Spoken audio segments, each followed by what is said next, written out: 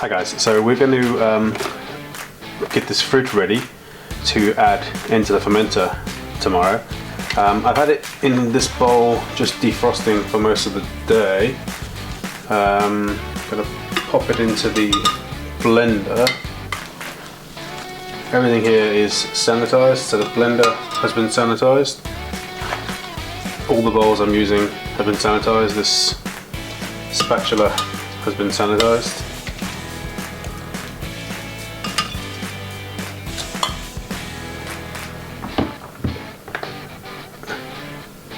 Gonna make it into a puree.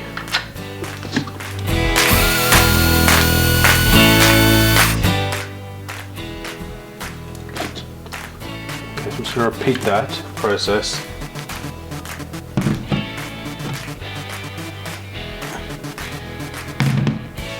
Yeah, there's the puree. Sorry, I hope you guys can catch some of this. It's not the best camera angle. So this is a kilogram of strawberries, a kilogram of blackberries, and 700 grams of blueberries. Also, it would have added a kilogram of blueberries, but there was only 700 grams in the packet, so we added 700 grams.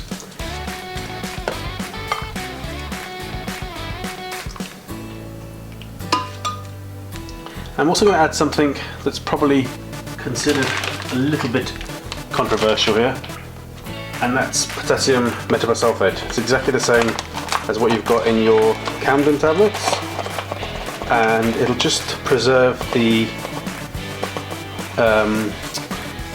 fruit.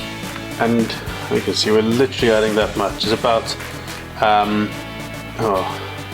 wouldn't even like to say in grams, it's less than a gram. I'm just going to pop it in with this batch, because then this will all mix in with the rest. It's the same compound, or it's the same chemical that's added like into grapes in the wine industry, and it's by no means essential to add it. I have made like fruit beers before without adding, and they've turned out fine. But I guess it's just a bit of a insurance policy, really, that the fruit is isn't gonna have any nasties on it. Like if you were doing this commercially, then you would buy aseptic pureed fruit, and that's what we've done before with the fruit beers with Feral. And then obviously when you have an aseptic product, then it doesn't matter, you can add it straight to the fermenter. But these are just supermarket frozen berries, like the same you would make your smoothies with at home,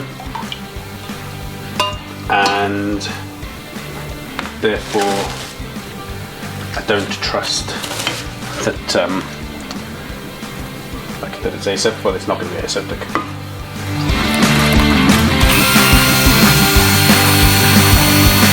Okay, so I'm going to give this bowl a wash out. You can actually see, like in the part of the blackberries, like the furry stuff on the blackberries. I'm going to give that a wash out, and then we'll sanitize it again, and I'll come back. So that bowl's been rinsed and sanitized, or washed and sanitized, sorry.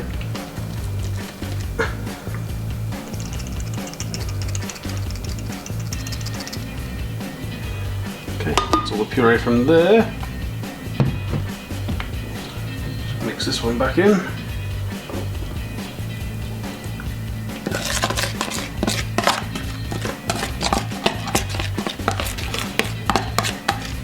And that potassium metabisulfate that's in here needs to sit now for 24 hours to off gas and to do its work.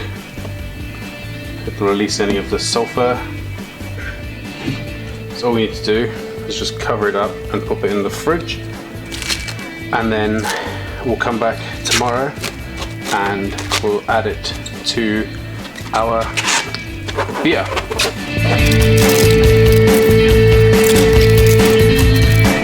Hey guys, so it's Wednesday today, 3 days after fermentation started on this Florida Weisse.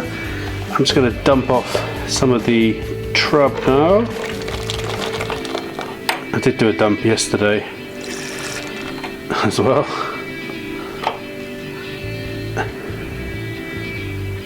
Okay, that looks fine. Clear beer coming out of there.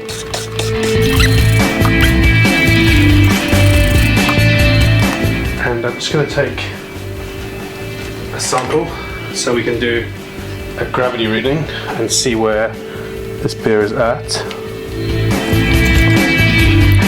Okay, so let's have a look and see where the gravity has dropped to on this one. A lot of foam, still very active in there.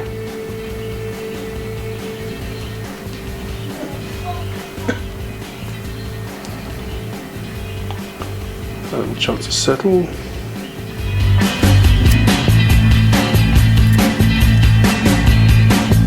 So that's dropped down to 1024, and we're expecting a final gravity of 1008. So yeah, it's dropped quite a bit in the last 3 days, and I think now is a great time to add in our fruit. And right up until about 5 minutes ago, I was just about to go and boil a grain bag like this, and then I was going to sanitize it, and then I was going to add the fruit into the bag, and I've just convinced myself to throw the fruit straight in the fermenter again. So yeah, I'm going to go and open up the fermenter and show you that and tell you why I changed my mind. Okay, so yeah, like I said, I'm going to try and throw the fruit straight in the fermenter again. The last time I did this, I said that I wouldn't do it again, but I'm a sucker for punishment, so I'm going to try it again. I don't like using the bags. I don't like, you know, you can boil them and sanitize them, and then I still don't trust that they are completely clean. The reason I didn't want to throw this straight into the fermenter was the last time I got a bit of a blockage in the dump valve, but there's no hops going in at this time, so yeah, hopefully we'll be alright. I'm going to try not to splash too much with this, but obviously it is going to a little bit. Not too worried about oxygen because, like I said, there's still some way to go with fermentation. Oh, that was quite easy. Yeah, there's still some way to go with fermentation. And also, obviously the fruit's going to add some more sugar, so it's going to have even more of a way to go now. Or a little bit. It's going to add about 5 points, 5 gravity points, that sugar, that fruit. Okay. And yeah, we're about 22.5 litres in the fermenter here. Let's get that lid right back on. Just try and place it the correct way around so I can, there we go, so I can read the pressure gauge. Okay, so yeah, there's seeds in there. I'm worried they're going to block my dump valve, but we'll just have to wait and see, won't we? So yeah, again, putting that fruit directly into the fermenter blocked the dump valve. The seeds got stuck in the dump valve.